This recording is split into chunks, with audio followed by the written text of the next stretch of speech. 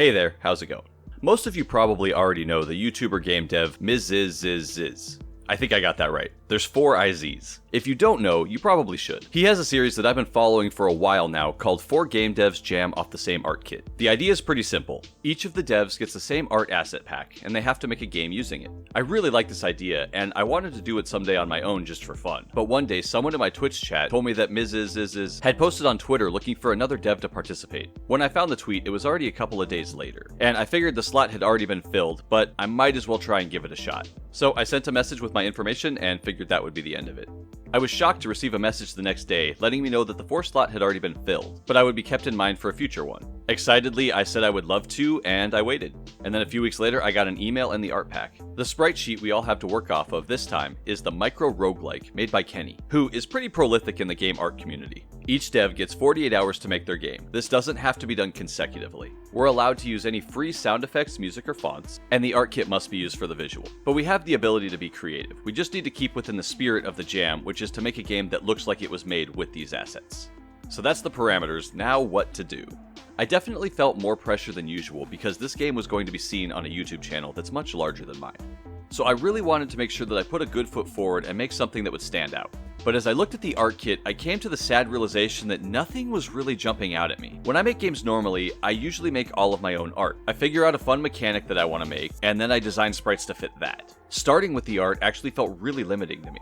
I had just started streaming on Twitch around this time, so I decided to sacrifice some of my 48 hours to just pure brainstorming with my chat. After a lot of ideas and playing around with the sprites, I made a table into a skateboard and we all found it funny. Looking back, I just checked the dates, and this was actually the same day that the Tony Hawk 1 and 2 remake was announced. Those were my favorite games as a teenager, so there may have been some reason why I particularly liked this idea that day. If you've seen the final game, you know that it has nothing to do with skateboarding. But I ran with this idea for a little bit longer, and over the course of a couple more streams, I did make a skateboarding game prototype. The idea was that you would be skateboarding through a dungeon with a crossbow shooting monsters and getting a high score. It actually wasn't that bad. I got through my usual workflow of getting the base mechanics working, and then I went to see how the art would fit in. This is where the realization hit me again that my workflow heavily relies on the fact that I make the art to fit the mechanics. So I had the sad realization that I wasn't going to be able to make this tile set look the way I wanted. There probably was a way, but I just wasn't feeling it at this point, and I didn't know how to translate this tile set into a side perspective that would actually look good.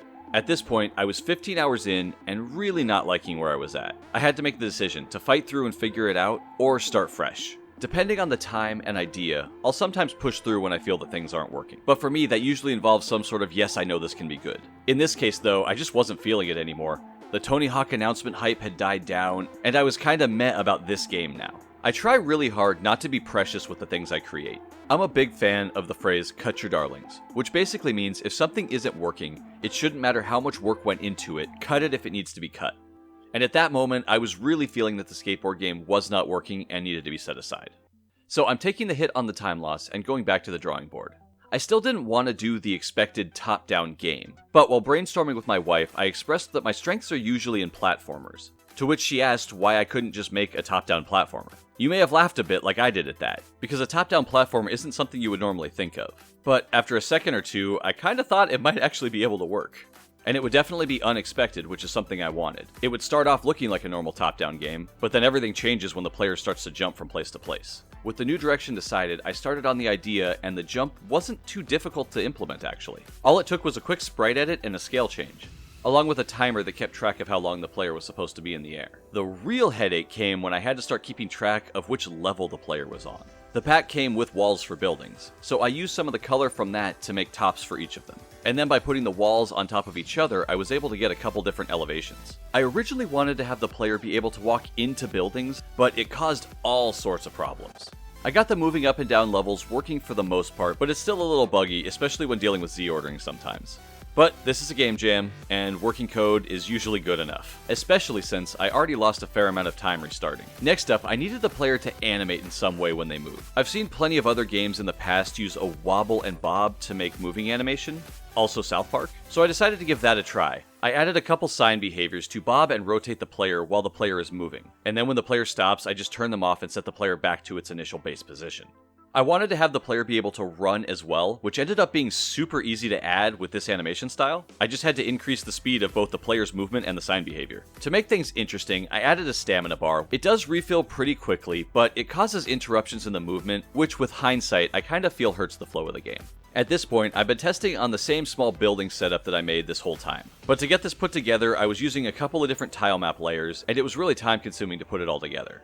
Because the player would be jumping from building to building, I decided to make some preset structures of different sizes, in hopes that pulling those in would make level design faster. Remember how I said getting the elevations to work was tough? Well, it's all done with different trigger zones, and it's a real pain to set up. It works, but it's slow to build. Since I'm getting level elements all put together, I also need to add a checkpoint system. There's a campfire in the sprite pack, and I'm a fan of Dark Souls, so bam! If you get close to a bonfire, it lights up and becomes your new respawn point. Of course, checkpoints don't really do much unless you have a way to die. So I edited the player sprite to look like it was drowning. It's kinda sad, but also really adorable at the same time. I added the portal sprite to be my level exit because it was easy and makes sense. I also grabbed the coin from the asset pack and edited it a bit to make it spin. While I was adding all these things, I started to feel that the player movement was a bit bland. So I created some particle effects that would be kicked up when the player is running and jumping. And while I was juicing up the player, I also added some particle effects and movement to the coins when they're collected. And after that, it was time to add some enemies. I grabbed the rat sprite, slapped on a sign behavior to make it move up and down or left and right, and made it deadly to touch. Originally, I set it up so the player could jump over the rat, and for some reason I changed it back so that they weren't able to. Looking back, I don't think this was the best decision, especially because now I can't remember my reasoning for the change. And if I can't remember it, it must not have been that good. Most likely it was because of some weird sprite overlapping issue and just being in a hurry, so I just said forget it. Then I spent a good while adding sound effects that I found on itch.io. I grabbed a font from FontScroll which really doesn't fit the game at all.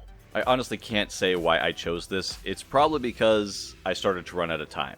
I hadn't been keeping that close of an eye on my time up until this point. I had just been marking down each hour on my whiteboard as I worked. But I do remember around the time of looking for a font, I realized that I only had 5 hours left. I still needed to make levels, a menu, and add music. So now with me firmly aware of my time, I knew level design was going to be the hardest part, so I jumped right into that. And oh man, did it take forever. For me, designing levels is an iterative process. I design a jump, try it out, tweak it if needed, and then move on to the next one. Unfortunately, this takes time. I also found that it took me a fair amount of time to decorate the levels also. I was planning to add more enemy types into the game, but that went out the window and I just kept adding more and more rats. It ended up getting to the point where it got a bit crazy with the rats due to my panic. Levels like this really are a bit ridiculous. It's really funny how some of these decisions are always so clear when you're not under the time pressure, but when you're in it, it just seems like the right thing to do. After finishing 8 levels, I had a little over an hour left. I was on a call with my friend Gingerbeard and needed a name for the game. He jokingly said, "Oh, rats," because I told him about how I doubled down on adding rats to all the levels. I think we were both really shocked when I ended up just putting it in as the name of the game because I didn't want to think about it. I quickly found some music on opengameart.org and threw it in. I added probably the laziest menu I've ever made. It's literally just 2 buttons. I did update the menu later for the public version of the game. The rules weren't super clear on what state the game had to be in at the end of the time, so for me, I went with the game needing to be exported. So at the 48-hour mark for me, the game was exported and keyboards down. It's actually been a couple of months since I finished this game. And looking back, I still really enjoy it, but I think I went a bit overkill in several places. Working with existing art I didn't make was a pretty fun and interesting challenge. Usually, I can make whatever sprites I need for any idea that I have. And working the other way around definitely used a different skill set that I'm used to.